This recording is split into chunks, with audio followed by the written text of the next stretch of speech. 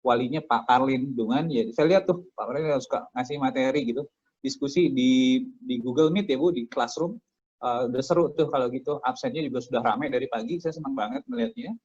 Kemudian juga banyak juga by reading materials, ada yang by WA, ada yang dikasih teks segala macam, dan juga slide. Ibu Wiwin juga ada cerita sekarang guru-guru banyak diminta untuk membuat PowerPoint presentasi buat pengajaran, dan terakhir memang by video. Video itu bisa dengan video itu sendiri dan sebenarnya bisa dengan PowerPoint. Mungkin Ibu semua juga sudah tahu bahwa dengan slideshow kita bisa membuat some kind of video di situ. Kemudian karena kita akan membahas PowerPoint dan juga sedikit mungkin nanti kalau memang ada pertanyaan mengenai video, saya coba memberikan tips buat Ibu dan Bapak semua bahwa kita kadang-kadang terjebak pada saat membuat presentasi PowerPoint, kita seperti lagi ingin mengadakan reading season, Bu. Sesi membaca. Karena yang ada di slide itu adalah yang kita ucapkan, yang kita jelaskan. Sehingga para audiens kita sebenarnya dengan tidak mendengarkan kita cukup, karena dengan membaca slide itu kita suka terjebak di situ. Jadi satu slide itu penuh tuh dengan tulisan, sehingga nggak usah dengerin dia, baca cukup gitu. Itu udah common banget di presentasi orang, terutama kalau saya lihat teman-teman yang baru bergabung dengan kami misalnya, biasanya itu penuh slide-nya sehingga kita cukup membaca tanpa mesti ngedengerin yang ngomong. Karena itu biasanya yang kita encourage mereka adalah di slide cukup poin-poinnya, sehingga ada menimbulkan rasa penasaran sehingga mereka akan mendengarkan presenter di situ. Terus yang ketiga yang tidak kalah pentingnya adalah explore. PowerPoint harus kita explore. PowerPoint itu ternyata banyak banget. Pagi ini aja saya baru mencoba lagi hal yang baru di PowerPoint dan ketemu menarik. Ternyata banyak banget fasilitas di PowerPoint yang bisa terus digali dan digali. Setiap kita ngotak-ngotik biasanya kita dapat 1 atau 2 hal yang baru. Kemudian untuk membuat video, itu juga jadi PRT. Ibu ada permintaan dari Ibu, gimana kalau, mohon maaf Bu Wiwin belum sempat kami ada bahannya, kita nggak siap kalau 1 hari nyiapin. Tapi kalau boleh saya ngasih tips, video itu pada dasarnya cuma tools.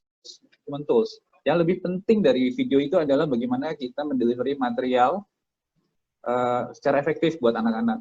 Karena yang penting adalah itu, bukan filmnya bagus, karena kita kan nggak buat film. Yang kita pentingkan adalah bagaimana apa yang kita sampaikan di video itu mengena di anak-anak. Terus ada tugas nih katanya dari dinas ya Bu, jangan pada takut dulu kalau menurut saya. Bikin video bisa kok pakai handphone. Dan kita sebenarnya sadar atau tidak sadar sering melakukan hal itu. Kita ngevideoin anak lagi main, ngevideoin ada acara keluarga gitu. Dan itu jadi video mungkin tidak bagus, pencahayaannya kurang, tapi at least ada momen yang terekam di situ. Ada sesuatu yang bisa kita capai di situ. Jadi menurut saya adalah yang penting jangan langsung kita menciptakan kendala, aduh nggak punya alat, aduh nggak punya, enggak. Pakai aja apa yang ada. Walaupun itu cuma handphone, saya yakin kita bisa melakukan itu. Karena pada dasarnya itu semua tentang kita, bukan tentang alat yang kita pakai. Jadi walaupun cuma ada handphone, walaupun cuma ada tripod, walaupun cuma ada buku. Buku di sini maksudnya kalau tripod jelas ya Bu, handphone taruh tripod bisa buat nyorot kita. Buku buat sandaran handphone Bu, kalau nggak ada tripod. Jadi sandarin aja ke handphone, handphonenya ke buku gitu kan, asal kita kesorot. Satu yang saya mau share dari pengalaman saya, ibu-ibu ini rata-rata masih di bawah saya umurnya nih, ibu-ibu guru, termasuk Ibu Lia ya Bu Lia.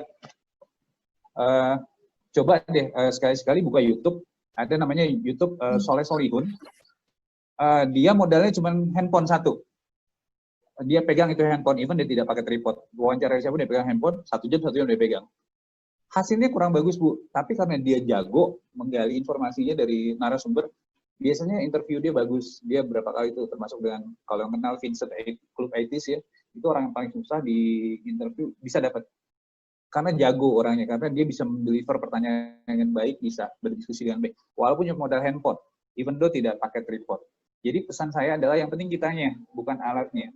Yang penting murid bisa mendapatkan apa yang kita jelaskan.